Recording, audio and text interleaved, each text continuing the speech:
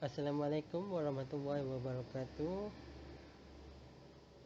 Waalaikumsalam warahmatullahi. Ya, seperti yang kita sedia maklum, saya telah menghantar surat kepada Encik Badri Hazlan untuk menjemput Encik dalam sesi temu bual ni. Betul kan? Mhm. Ya, Betul-betul. maknanya Encik dah bersetuju untuk menjalankan temu bual bersama saya. Okey, sebelum kita memulakan sesi kita pada hari ini, marilah sama-sama kita mulakan dengan bacaan umul kitab Al-Fatihah. A'udzubillahi minasyaitanir. Alhamdulillah. Bismillah. Bismillahirrahmanirrahim. Alhamdulillahirabbil alamin. Arrahmanirrahim. Maliki yaumiddin. Iyyaka na'budu wa iyyaka nasta'in. Ihdinas siratal ladzina an'amta 'alaihim ghairil maghdubi 'alaihim waladdallin. Amin. Bismillahirrahmanirrahim. Alhamdulillahirabbil alamin. Wassalatu wassalamu ala sayyidina Muhammadin asrafil mursalin. Ya Allah, ya Tuhanku, kami memohon kepadamu, ya Allah, kau berkatilah dan rahmatilah sesi temu bual yang kami jalankan ini, ya Allah. Kau permudahkanlah segala urusan-urusan kami, ya Allah. Semoga sesi ini sedikit sebanyak dapat membantu kami dalam menimba ilmu-Mu dan menjadi orang yang lebih bermanfaat, ya Allah. Rabbana atina fid dunya hasanah wa fil akhirati hasanah wa qina azabannar. Wa sallallahu ala sayyidina Muhammad wa ala alihi wa sahbihi wa barak wa sallam. Walhamdulillahi rabbil alamin. Baiklah, sebelum kita ke arah yang lebih lanjut, ingin saya memperkenalkan diri saya, iaitu nama saya Muhammad Fitri bin Abdullah.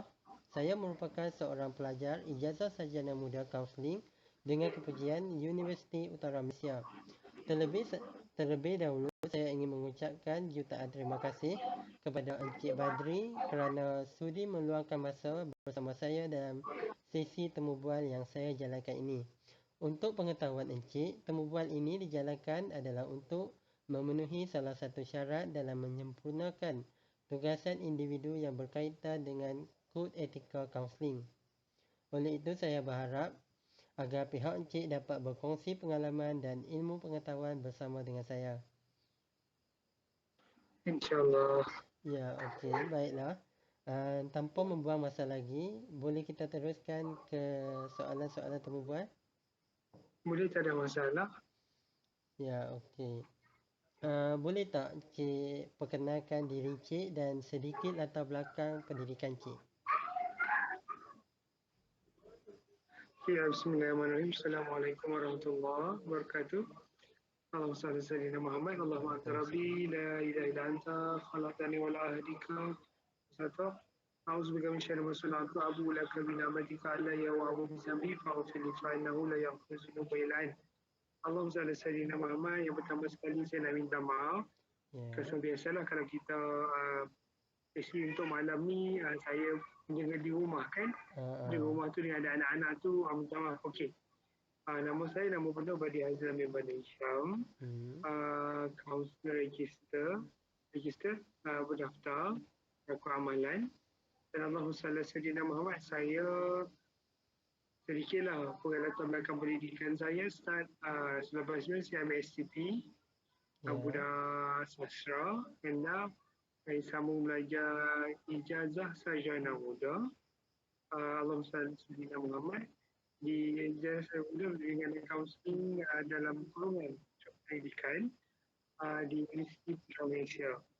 Untuk sarjana saya, sepatutnya Allah Sallallahu Alaihi Wasallam saya sambung di UM, tetapi saya terminate because of saya teman wasit tersebut Melbourne. Most probably insyaAllah saya mungkin akan disebabkan balik selepas ni. Saya tengah tunggu Allah Sallallahu Alaihi Wasallam untuk hadiah latihan persekutuan untuk saya punya belajar insyaAllah. InsyaAllah. Okey, seterusnya apakah jawatan yang disandang oleh Cik di setting yang sekarang? Setting saya sekarang, saya menjadi full-time counselor kepada pelajar. Sebelum ni saya pernah menjawab jawatan counselling College Menteri Kuasa Kejuruteraan Kedah. On that time saya jadi counselor pelajar dan juga counselor organisasi. Counselor organisasi itu adalah counselor staff. Cuma untuk setting sekarang ni, kalau saya nama sekolah menengah sains Padang. atau Akademi Sains Padang. Akademi Sains Padang ini adalah merupakan sekolah pertama di bawah kelolaan Kementerian Pendidikan Malaysia yang menguruskan pelajar jenis Ya. Okey. So kita ada yang pertama College Juniors Pintar KGP di bawah Universiti Kebangsaan Malaysia. Waktu itu di bawah private lah. Yang kedua College Junior KJI di bawah Universiti Sains Islam Melaka Malaysia Musim. Ya. Yang ketiga sekarang yang bawah KPM yang dua tu daripada bawah universiti. Dan ini first di bawah KPM. So setting menjadi kaunselor kepada pelajar jenis itulah sekarang lah. Wow, nampaknya Cik banyak pengalaman ni. Oh tak banyak, sikit je. Allah Hmm. sama.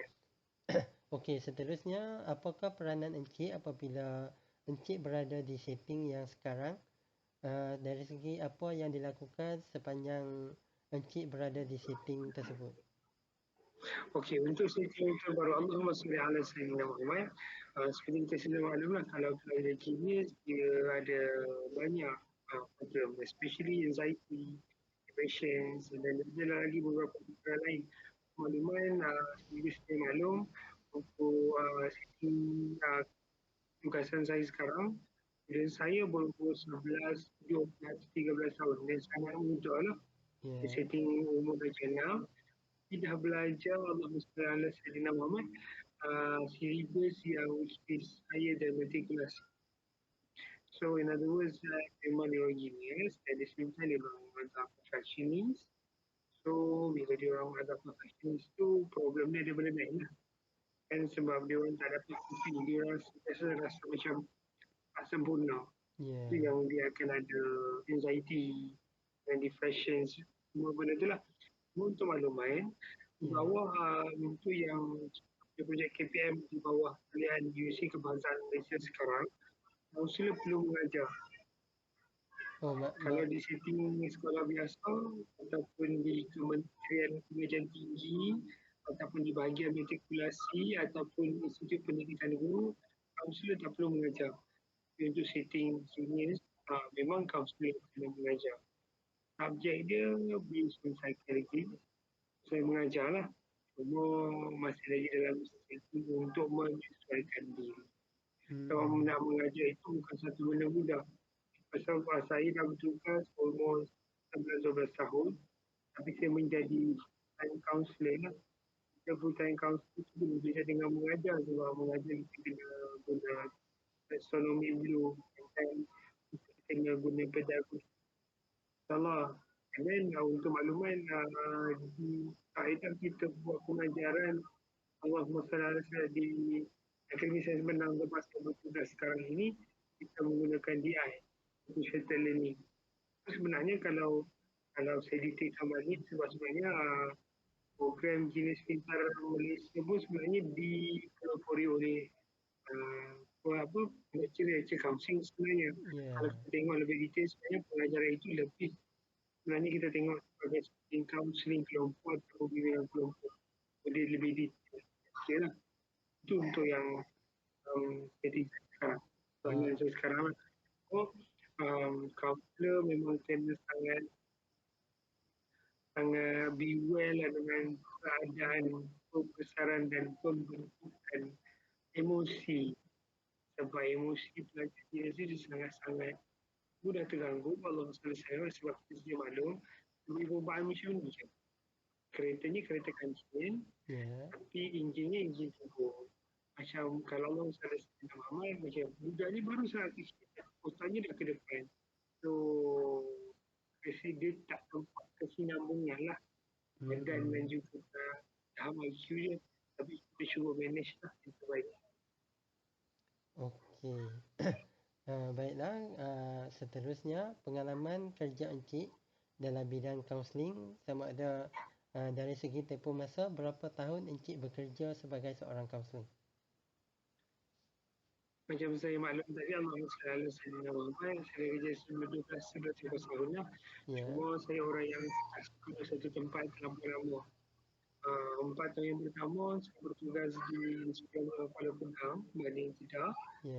Pesan saya Sayyidina Muhammad dan selepas itu saya mohon untuk Jadi perlu konsentrasi matrikulasi. Lepas 4 tahun sekolah hoki, saya cuti untuk follow wife saya. Dan Melbourne lah, wife saya buat belajar di sana. Dan saya ada juga lagi dalam menjawab sebagai kaunselor part di sana.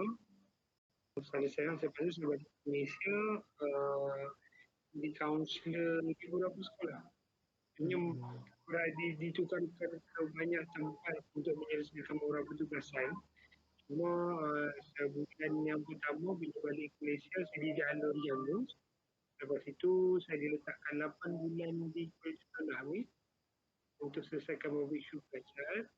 Lepas itu saya diletakkan ditempatkan di sekolah menengah St. Michael, sekolah Chinese Yalusa.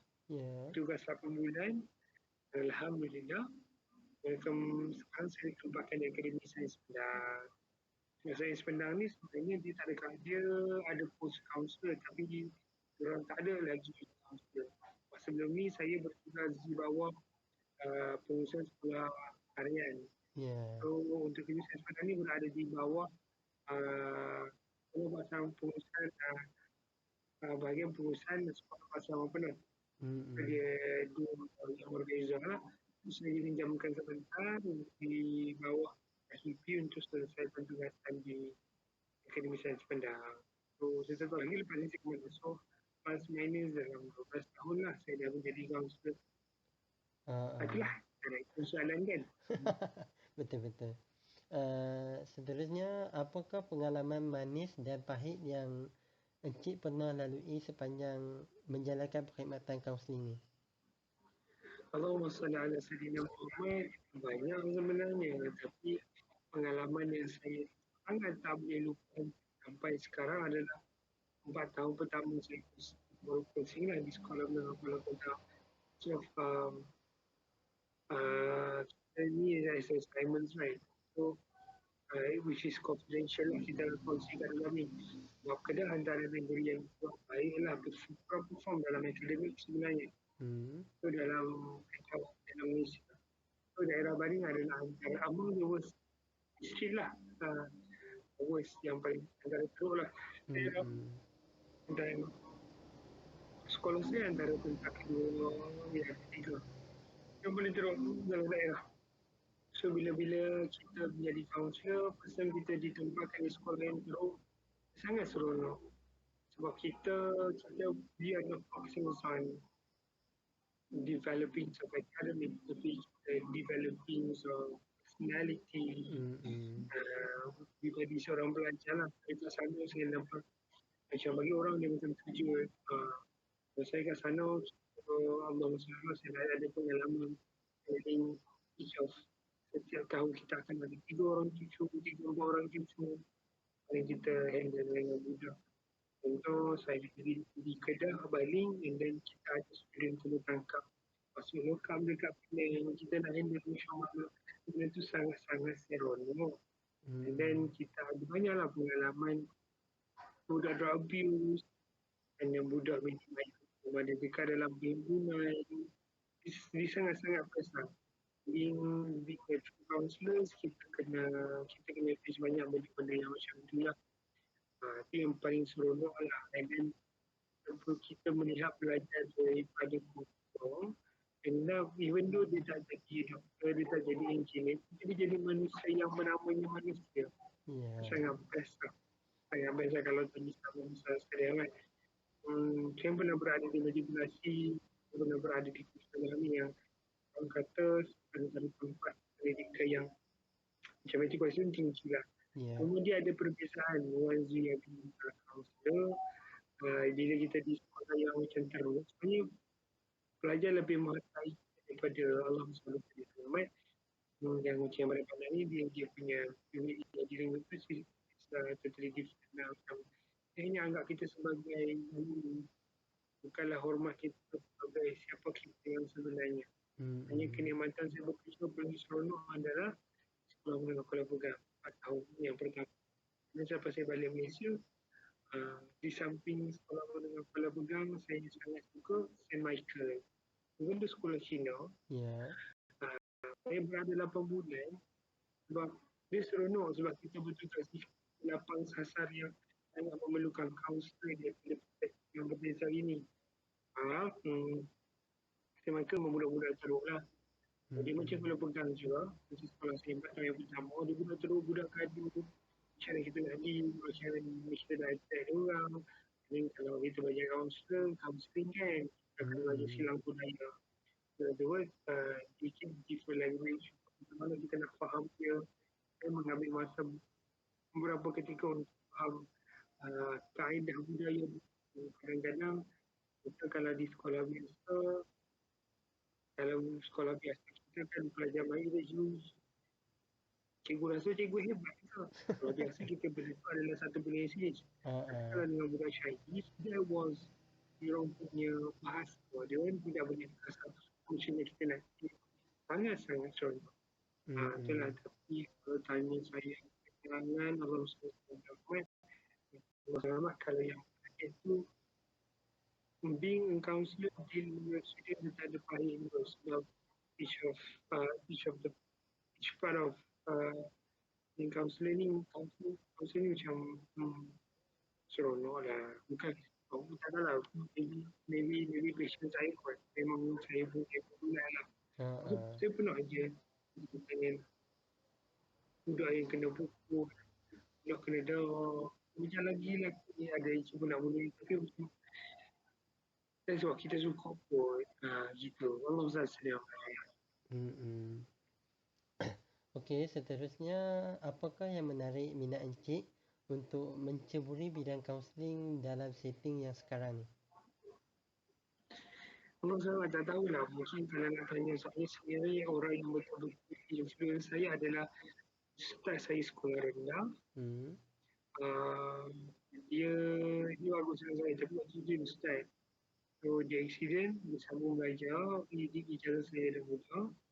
GPM, and then dia habis, dari sekolah menengah tu, dia di sekolah menengah tu dia masuk Ansur dari Hussein.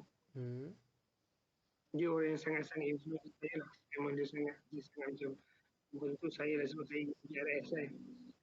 Dia yang kelab, memang ikut dia lah. Dan bila dia matrikulasi, kalau orang kaunseling, kita tak mikir dengan sekolah. Kalau matrikulasi, kita kira wakil state, dia wakil negeri. So kebetulan pada ketika itu, ustaz yang influence saya adalah dia ketua sekolah kaunseling di Jabatan Pendidikan Negeri Penang. Saya bersekolah di Penang. So dia dah jadi head counselor dekat Penang. So bila meeting kita cuba boleh gantung gitulah, tapi saya dengan ustaz sudah memang sorry to say lah, memang janji belum kuat kan. Kita kan counselor boleh melawak sebab kita dah jadi same level. Macam best lah. Tinggal sekarang dia dah tua, dia dah nak pencen, so kita nak pencen di JPN. Sekarang dia menjadi skill, kita di penolong kanan di mana saya dulu. Kita orang macam, dia lah orang yang saya sebab orang tua itu berjaya, orang tua itu kasar betul bahasa saya. Tapi ustaz tu, pakcik itulah telah mengkaunselkan ramai student dia. So best lah. Saya pun rasa sebabnya, sebab saya ingat saya lebih kepada kepala saya ada 2 ke 3 orang student saya di Kuala Lumpur sini yang jadi kaunselor. Terus nak cerita tu kenapa dia boleh guna saya. Seorang jadi cikgu, seorang jadi kaunselor private lah. Okey, saya pun sebenarnya adalah dapat inspirasi daripada seorang guru saya juga. Dulunya saya rajin dipanggil ke dalam bilik kaunseling. So daripada situ pun cikgu apa tu? Ustaz Haris nama dia. Oh, I see. Allah Salih Muhammad. Ya, dia selalunya panggil saya ke bilik kaunseling sebab saya dulu agak nakal sikit lah. Tapi daripada situ saya belajar yang saya kena juga untuk jadi seorang kaunselor dan saya kena cabar diri saya untuk bantu orang lain lagi. Dia macam ni tak nak menjadi kaunselor. Dia bukan jadi orang yang baik. Allah SWT. Dia Allah SWT macam mana. Banyak dia kena jadi jahat. Tidak. Tapi kita dah belajar kehidupan macam Eddie Zenda kan. So, dengan kita untuk kena dan budak. Sekarang budak dah tinggi tu kita bukan nak kerja tu. Aku pun dah tahu lah. Saya kan. Okey, seterusnya, apakah jenis-jenis kaunseling yang ditawarkan oleh Encik dalam setting perkhidmatan Encik yang sekarang ni? Kalau soalan saya ramai, kita sedia maklum. Saya sekarang ni sebabkan saya kurang berada di tempat saya bertugas sebab saya punya budi masih lagi di Jabatan Pendidikan Negeri Kedah. Saya tenggaraan beberapa modul terutama untuk nanti kebina belajar bawah sertifikat Islam. Even though saya kaunselor tapi saya banyak bergerak di bawah sertifikat Islam. Kuat dalam bidang modul, saya pembentukan personality pelajar lah, kita pergi ke program. Kalau dia kaunseling jabatan memang dah ada lah. Sebenarnya di bawah sertifikat Islam. Jadi mungkin saya ada banyak keterbatasan untuk menyediakan servis terbaik di tempat saya bertugas sekarang. Kalau tadi saya provide, saya yang paling banyak saya akan buat almost Allahumma salli ala sayyidina Nabi sallallahu alaihi wasallam. Saya akan provide coaching individu lah. Saya akan lebih fokus amat dan bila saya jarang ada di saya bertugas kalau ada kes-kes yang tak maklum, so nanti saya balik, saya akan balik lah. Kelompok ada juga, coaching individu, kelompok, and then Allah semua adalah cuba juga terlibat dengan konsultasi dengan awal Malaysia. Maksudnya untuk awal, sebab bila dengan awal Malaysia kita ada orang lebih ini nak deal. Yang pertama. Yang kedua, Allah SWT sebab kalau macam untuk tempat saya bertugas di Negeri Sembilan ni, kita banyak deal dengan parents yang high end, tinggi kan. So memang ini saya akan, kalau ada dengan parents consultation, saya akan terlibat lah. Kita akan buat macam kita buat sekarang malam ni, kita akan ada consultation semalam dengan parents, through Google Meet, sebab parents student saya ada yang daripada Sabah, dari most probably KL lah.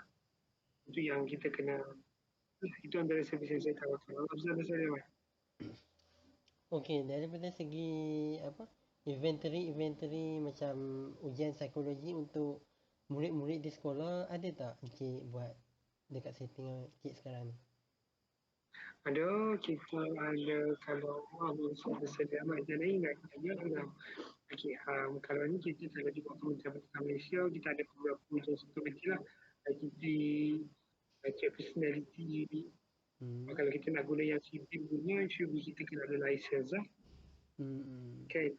Dan tapi Allahumma salli ala sayyidina Muhammad. Kita ada buat ujian DAS. Saya Allahumma salli, saya lupa lah. Allahumma salli ala sayyidina Muhammad. Allahumma salli ala lupa Allah salli ada. Kita ada ujian minat sihat. Saya kena Allahumma salli ala sayyidina Muhammad. Allahumma salli ala sayyidina Muhammad. Allahumma salli ala sayyidina Muhammad. Jaya. Saya nak ingatkan mana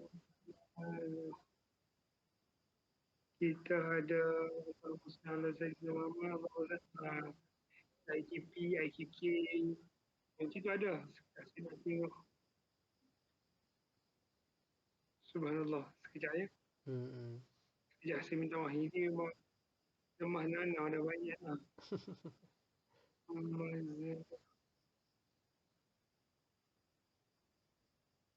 Inilah, ada banyak-banyak benda.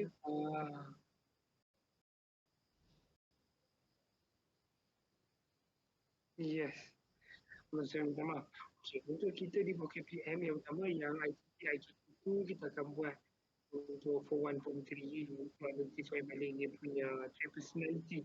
Tapi kita juga kita ada buat yang kita endorse by government.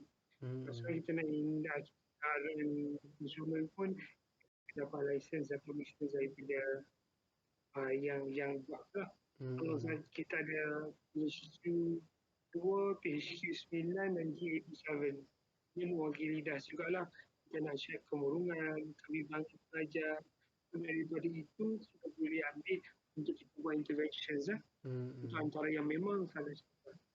Jadi kadang-kadang saya ada juga lah guna dan dari personality CD, pasal ada license. Tapi jarang lah sebab benda tu sebab kita kaunselor under KPM memang kita memang diminta untuk buat ITP, IKK. Dan ITP, IKK tu kita ada differentiate ITP, IKK untuk form 1 dan form 3. Dan untuk yang form 5. So dia ada differences based on dia punya soalan lah. Seterusnya dari segi etika dan akta kaunseling, boleh tak Cik berikan pendapat Cik mengenai bahagian A, iaitu perhubungan menolong dalam kaunseling mengikut perspektif Encik sendiri? Allah SWT Muhammad yang paling penting kalau tanya saya daripada etika atau akta kaunseling daripada perspektif menolong. Kalau tanya saya, we need to know that we have our own limitations.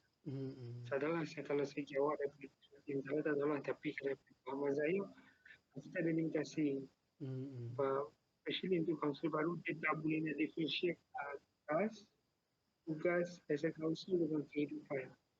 Sebab kalau macam kita orang yang dah veteran sikit ni, sebab kita memang ada family, kita memang baru kita kena allocate ini dalam masa kerja, ini dalam masa di rumah.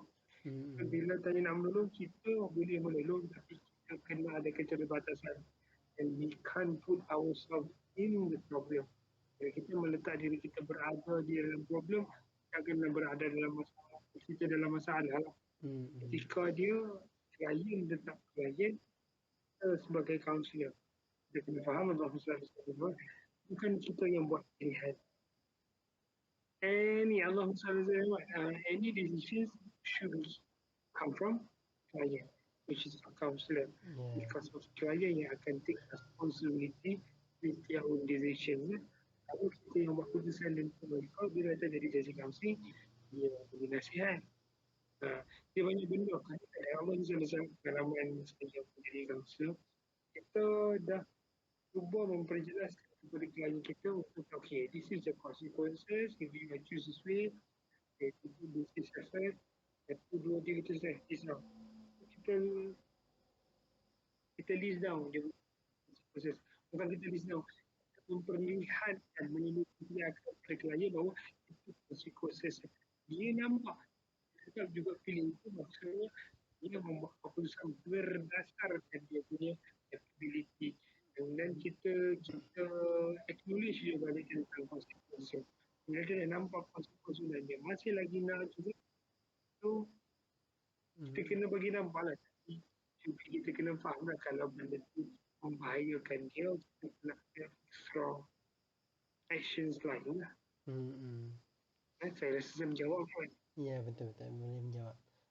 Seterusnya soalan yang ke-8, apakah cabaran yang dihadapi oleh Encik untuk menjaga rekod klien sama ada dalam kaunseling individu maupun kelompok, dan bagaimana cara Encik sebagai kaunselor menguruskan rekod-rekod klien tersebut? Saya rasa di nama saya sendiri, saya ada kaedah saya sendiri lah.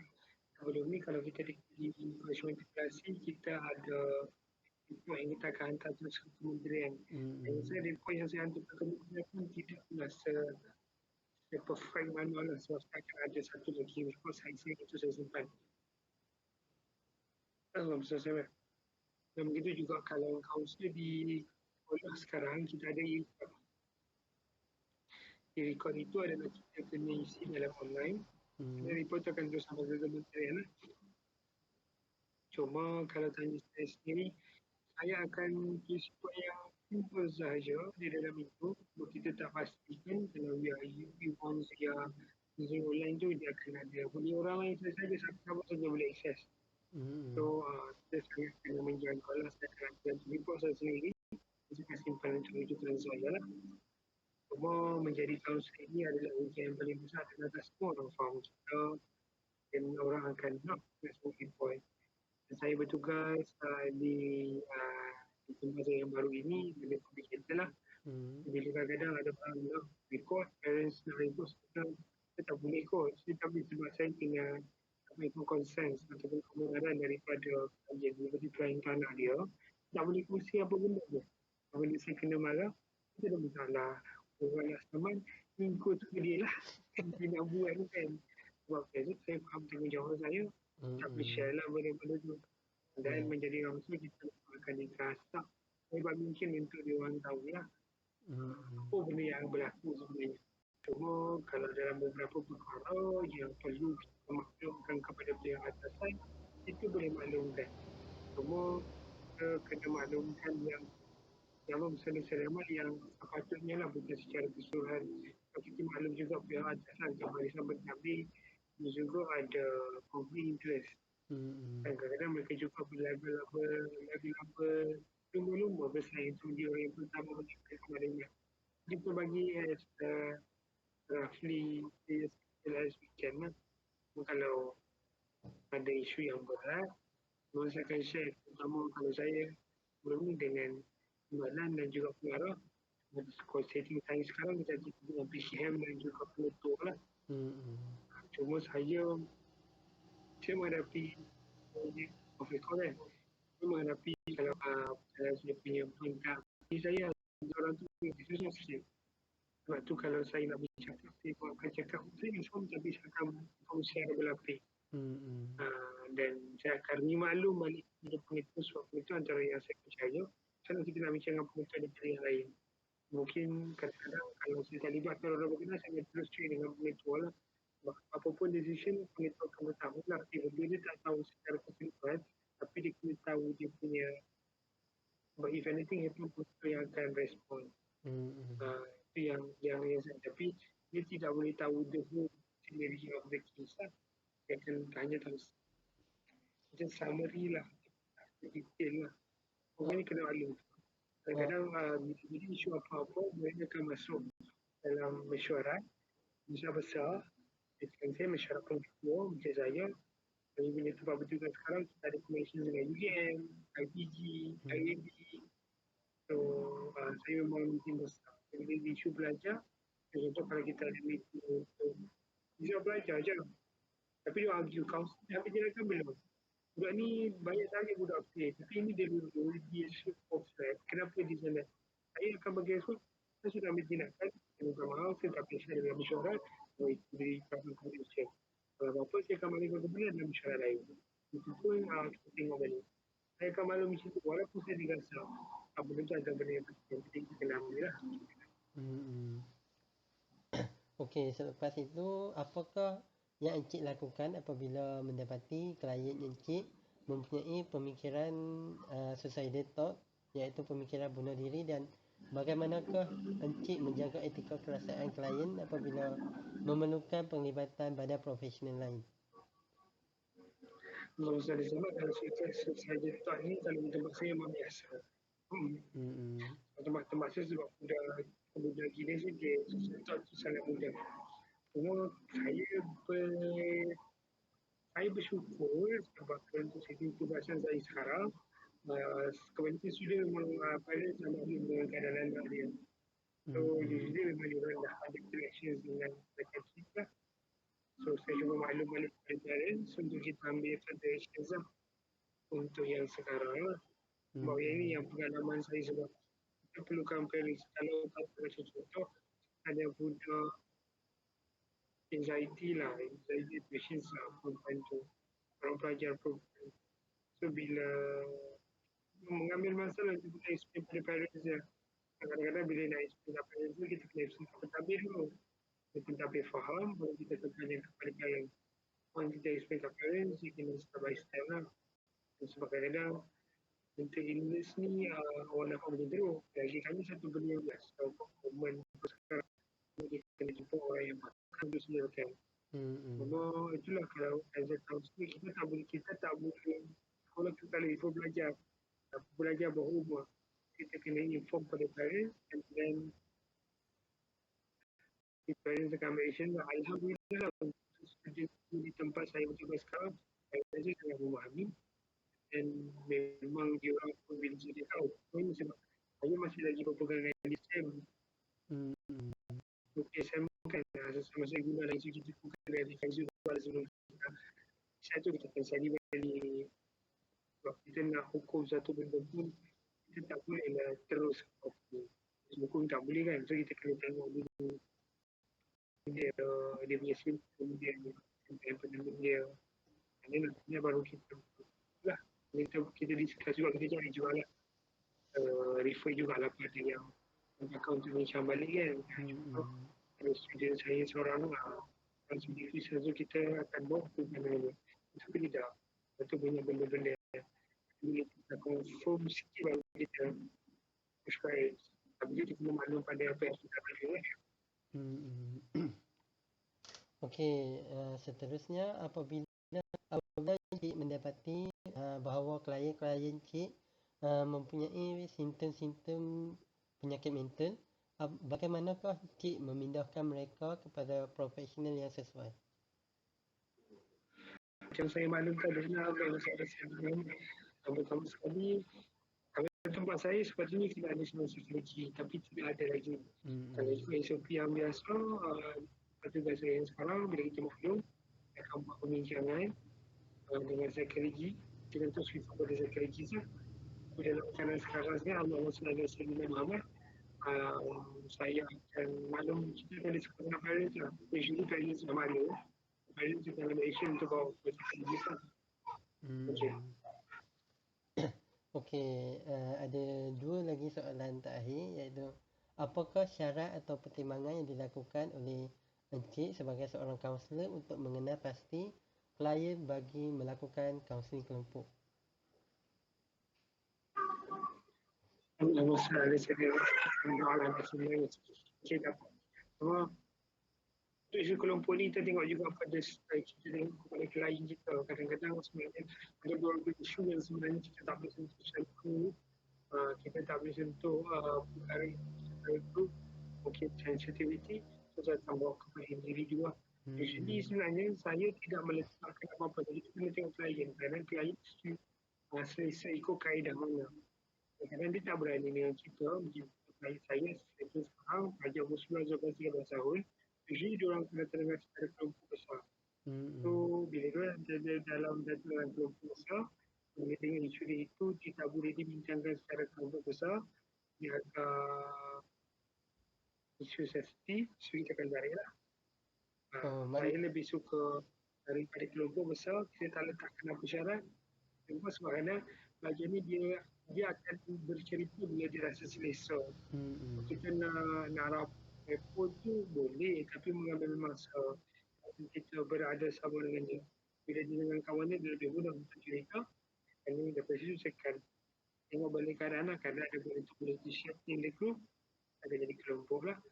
Tidak silakan individu lah. Okey, soalan ini bukan soalan lah. Ini lebih kepada nasihat yang ingin Cik berikan kepada saya sendiri sebagai bakal kaunselor, terutama dari segi pengamalan etika perhubungan menolong ni. Ini sebab Nabi Sallallahu Alaihi Wasallam Muhammad. Bila kaunselor kita kena faham kita tidak memiliki, kita hanyalah peminjam. Ayat tu pendek kan. Kalau kita tidak memiliki, tapi kita hanyalah peminjam. Kenapa saya cakap begitu? Sebab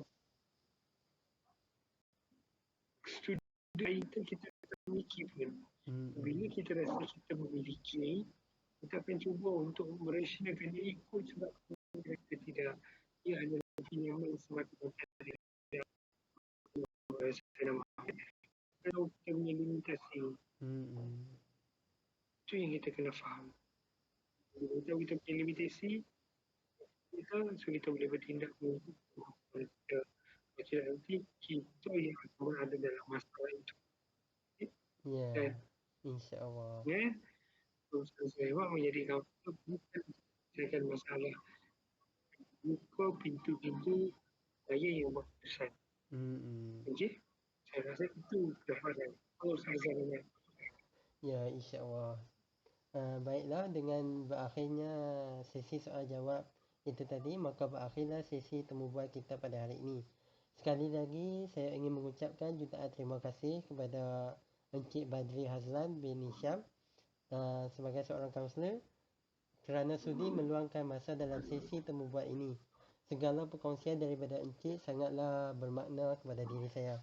Terima kasih, Cik. InsyaAllah jika ada masa dan peluang kita akan bersua lagi. InsyaAllah. Okey, saya sudahi sesi ini dengan suratul as. Bismillahirrahmanirrahim.